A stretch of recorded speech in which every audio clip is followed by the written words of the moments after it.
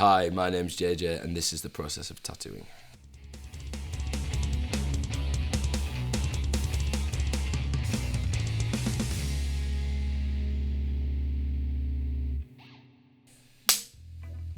My name's JJ, tattooist from York. I own Awaker Eyes Studio.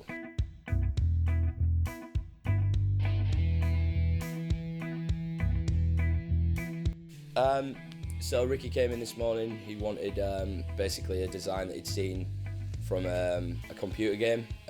Basically it was a skull with a snake, sort of a very traditional tattoo style. We decided just to freehand it on, which for me is a process that is just a lot more fluid than drawing it on paper. And yeah, we drew it all on. And obviously with tattooing, it has to be a very sterile process. There's a lot of blood-borne diseases and pathogens which can be transmitted obviously through blood-borne pathogens obviously. So yeah, everything we use is completely sterile, straight out of a packet, one use only. Yeah, his skin is prepped, shaved, and then obviously we just drew straight on with markers which are disposed of in, if there is obvious blood, you're supposed to get rid of every single marker you use, but I still use them for like other things, drawing on paper, because paper can't catch disease. The stigma of hygiene with tattooing is obviously people see it as an intrusive process. It breaks the skin, which has always been like ritually something. Why it was a ritual, like people, it was like a coming of age kind of vibe.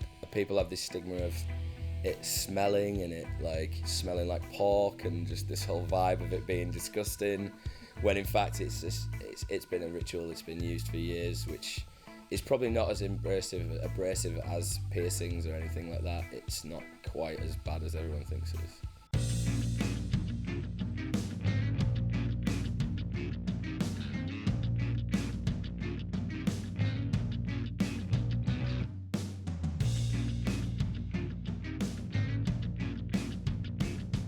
So basically for me, the process of tattooing is something that I've always been very interested in, more the concept and the movement of idea. So basically, it's all well and good copying a design straight from a piece of paper.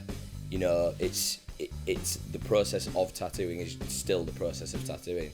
The things that you learn whilst tattooing people is what makes you a better tattooist, not just somebody who tattoos, And with everything, experience counts. So basically, if you're an artist and you've been an artist for 10 years, you're slowly getting better at art, and then you decide, I either want to do painting or drawing.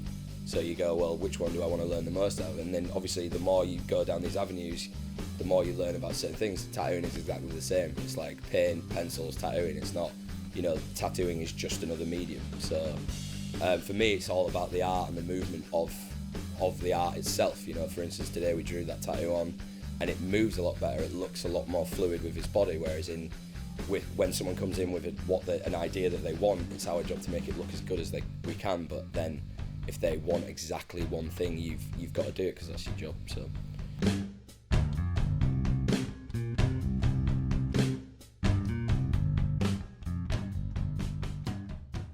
basically, you've got to keep the tattoo clean, keep it out of direct sun for a long time, because the more the sun gets to it, the worse the tattoo will look over time. It's usually within the first 6 months that the sun affects it the most, because your skin hasn't had time to develop over the top of the tattoo, which is obviously now part of your skin. Other than that, just use your common sense. If you were, Ricky's been tattooed by me quite a few times. He's never come back with any bad heels. I have people who tend to have bad heels quite regularly, but you eventually find out why. It's either because of them not looking after it, or reactions to certain inks or certain things you use. A lot of people are allergic to things that they don't know about, which is, for us quite a difficult thing, because they go, oh fucking hell, my tattoo's shit, and they immediately blame it on the tattooist. It's not always our problem. Most of the time it's not our fault. This is why we have guidelines in place where it covers us, but it's very rare it happens, but we have had some, and now most people are understanding because there's a lot more to see on the internet about it. I mean, I've just heard an interesting statistic, but there's more chance of catching HIV in a dentist, apparently, which is probably true.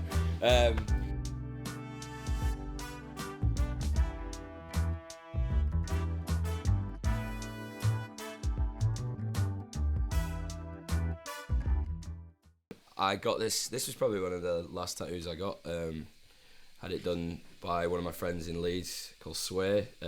Basically, I read a quote about Napoleon, and he said, "Occupation was the scythe of time. It can either kill you or it can make your crops grow." So I thought it'd be quite cool to get it tattooed on my head. And why the Jesus? Why the? Oh, the taco Jesus. Basically, I had a photo shoot for a magazine which used to be called Front, but they changed. The producers and stuff went to go. Well, whatever they are, went on to do another magazine, and my friend John came in and took some photos of me, and one of them just looked like Jesus. So I kind of crudely, when I was pissed out of my mind, crudely photoshopped my head onto the body of Jesus, and then I thought, it doesn't look good enough, so I'll photoshop my tattoos on there. You wouldn't have thought I have a degree in graphic design, would you, really? Let's be honest. And then I thought, I don't really want a Sacred Heart. I love tacos, so I just went for a taco. It's cool.